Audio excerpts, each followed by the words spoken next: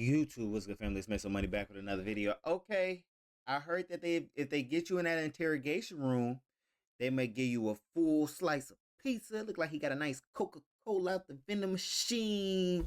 Okay, a sandwich, some fries. He eating very good. That means he telling, right? So this video we about to watch is about the art of snitching, and it's been kind of like tough lately because like all the rappers been snitching. Everybody just been telling on everybody. I guess we all civilians. We can't be gangster no more. What my ski mask at? We can't be gangster no more. Cause I heard once you take the ski mask off and they get you in that room, your homie may tell him. Right? So this video right here is the art of telling. I'm MasoMoney. Make sure y'all like and subscribe. We're gonna go ahead and get straight into this video. Every time I see somebody playing this super tough guy act, trying to overact tough or out tough the other person, I always think that they're playing. And the thought that comes to my mind is, I wonder if this dude would tell if he ever got jammed up. Because if we're being honest, in the streets, there is no rules, there is no code. That whole code of silence is a straight up myth for some people. The dudes who act the toughest, the most ruthless, the most violent, they be the ones working with the government. And it's really because everybody talk about the civilians be telling all this stuff. The gangsters telling the most, because I'm not finna run into the police that often. If that nigga wears shiesty, he has a way higher likelihood of telling than you. Okay, you wanna know what's the worst? A nigga who in the streets who actually got a family, a daughter, kids, stuff to lose. Cause then he justify in his mind the reason why he telling. You better watch who you call your homie. Watch who you call your homie. For real. How you gonna be a bully and a snitch? You gotta choose your character, bro. I look at this video right here. No. All these dudes packed 4 deep in a car, pulling out guns for the camera. And I can guarantee you that at least one of them is ready to sing. You 100%. See them posted up talking all that gangster shit and what they'll do to someone if someone tries them. And I just recently saw some dude beg his ops to kill him. I just called several ops and told them I was outside. Why ain't nobody come blow me down? But the second that... So he's so confident with his gangster, he calling the ops say, hey, I'm outside right now. Can you come shoot me? Sir, I don't think that's gangster. I think you a dummy. That don't even make sense. That's top level crash dummy behavior. I think what happens is these guys have had goals in their life. And since they're not achieving any of their goals, they might as well just like death by ops. Y'all ever heard of death by cops? Gangsters trying to get death by ops. These niggas crazy. Pressure hits, the second they looking at a steel door in a 20-year bid, they mouth start singing. For generations, there was that a come blow me down. But the second that pressure hits, the second they looking at a steel door in a 20-year bid, they mouth start singing. For generations, there was this idea of the code of the streets, which was an unwritten rule book for neighborhoods where you couldn't trust the police to protect you. The whole thing was born from a deep-seated distrust of the system.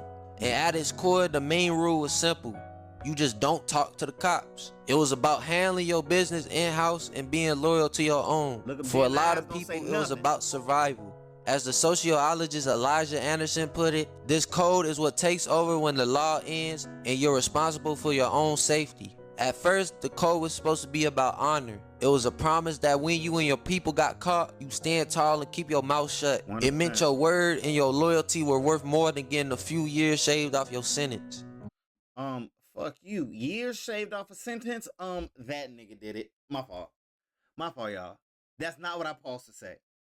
I think that what happens is a lot of times the no talking to the police thing is supposed to be like, if you get caught doing something before you have a lawyer, don't say anything to the police. That's my version of no snitch. I'm not going to tell on myself to the police. Now, if a nigga get in my car and I don't know he got a gun and they find a gun and he don't take his weight, nigga, this not snitching. He did it. What do y'all think about that? Am I wrong? Am I wrong? Or is the nigga who not taking his case wrong? If your homie gonna shoot somebody in the head, you had no idea he was gonna do this.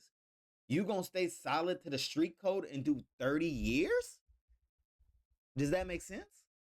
Come on, bro. That don't even make no sense. Promise is only as strong as the person making it. And in a world full of actors, that promise is hollow now. The code has become a prop. something for tough guys to flash. But the first thing they drop when they back is against the wall. Shoot, even the mafia dudes, that whole old culture of La Costa Nostra is gone now. It's extinct because all these dudes was rats. Yeah, the mafia's still alive, but they not as violent as they once were because of snitches and rats. So is there anyone left who really lives by that code? On May 17, 2015, a beef between two rival motorcycle clubs, the Banditos and the Cossacks, exploded in a restaurant parking lot. When it was all over, 9 bikers were dead and 20 more were injured. It was one of the most violent biker brawls in modern American history. The police rode deep, arresting 177 bikers on the spot. To break them, they charged over 150 of them with organized crime and slapped each one with $1 million bond. The authorities thought they had them dead to rights. 100%. A mountain of evidence and nearly 200 guys facing life in prison. And their plan was to squeeze them until they started flipping on each other. But then after years, nobody ended up talking. Not a single person. Even with life sentences hanging over their heads, they refused to snitch. No, hold on. The biker gangs is more gangster than the niggas in the streets? Bro, 200 people get locked up, none of them tell. I need to know what power in the words the leaders had to lead a cult this well. That's a cult, and that's a well-run cult. I need to understand, how do you get people to give your life to them? They gave their life to him. Gave their life to the biker gang. What was told to them that allowed for them to be this solid? Because I'm going to be honest with you. My little brother and them some YNs. I know his little ass gonna snitch. He just don't know that yet. You get what I'm saying? Like, I know if they get him in the room and say, little boy, you finna do life. He telling. Them some grown ass men, 200 deep, nobody told. That's respectable. Even though a lot of those biker gangs don't like the blacks. Them be the ones in the comments like, your usual suspects. You know what I'm saying? The district attorney's entire case fell apart without anyone cooperating. The first trial ended in a mistrial. The DA had to dismiss every single charge related to the shootout. Wow. Now this Waco shootout is probably one of the last exceptions we done seen. Because for that one story, there are 1,000 others that go the complete opposite way. Someone who is performing toughness is not the same as someone who is genuinely strong. Their whole identity is built on a fragile image of being dominant and aggressive. He's motivated by a deep insecurity and a desperate need to be in control. He uses fear to feel powerful because deep down he feels powerless. His loyalty isn't to a code or a crew, it's to himself. This type of person is all about transactions. They'll ride with a crew because it gives them the status and protection. But the second that crew becomes a risk instead of a reward, the math changes. When he's the one looking at a federal indictment, that tough guy act shatters. And that's the thing about it, like, it gives you rank and power only in your small community. The world is large. It's plenty of different continents, states, countries that you can go to. For some reason, you're born in an environment so small that you think just because you run this block, you have some sort of authority in the world. You think that up until they got you in cuffs and they say, no, we're not going to let you out of cuffs. No, you're about to spend the rest of your life on our program. You think you run the world because you're ready to shoot somebody. Make it make sense. Show is over. All that's left is a scared person looking for the fastest way out. And in the American legal system, the fastest way out is cooperation. Prosecutors have immense power, especially with the threat of mandatory minimum sentences. When you're looking at a mandatory 20, 30, or even 40 years, the choice becomes pretty clear.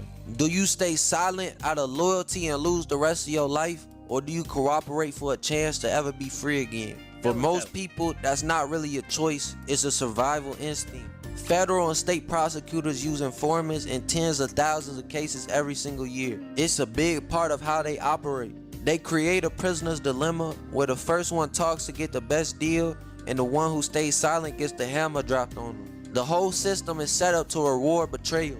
So my advice is, if you're gonna do a crime, do it by yourself. But most importantly, just don't do the crime at all. As Flight React says, stop doing that dirt. It's too many cameras nowadays. Stop doing that dirt way out there ahead, man, because you're gonna get caught. When you get caught, you will be going away for a long time. Everybody will forget 100%. about you. Bro, this was 100 though. Like, I don't know what they think about this lifestyle. You think it's fun until it's not. It's fun until you lose years of your life. How many videos have we watched? How many stories have we seen of people who were successful, who were winning, who was catching ops, who was making money up until the day they got caught? There's an art to telling, and we just learned about it. All right? I'm MasoMoney. Make sure y'all like and subscribe. Let me know what y'all think about this video, too. If y'all don't do none of those things, though, family, just watch another video. I'll see y'all in the next one, man.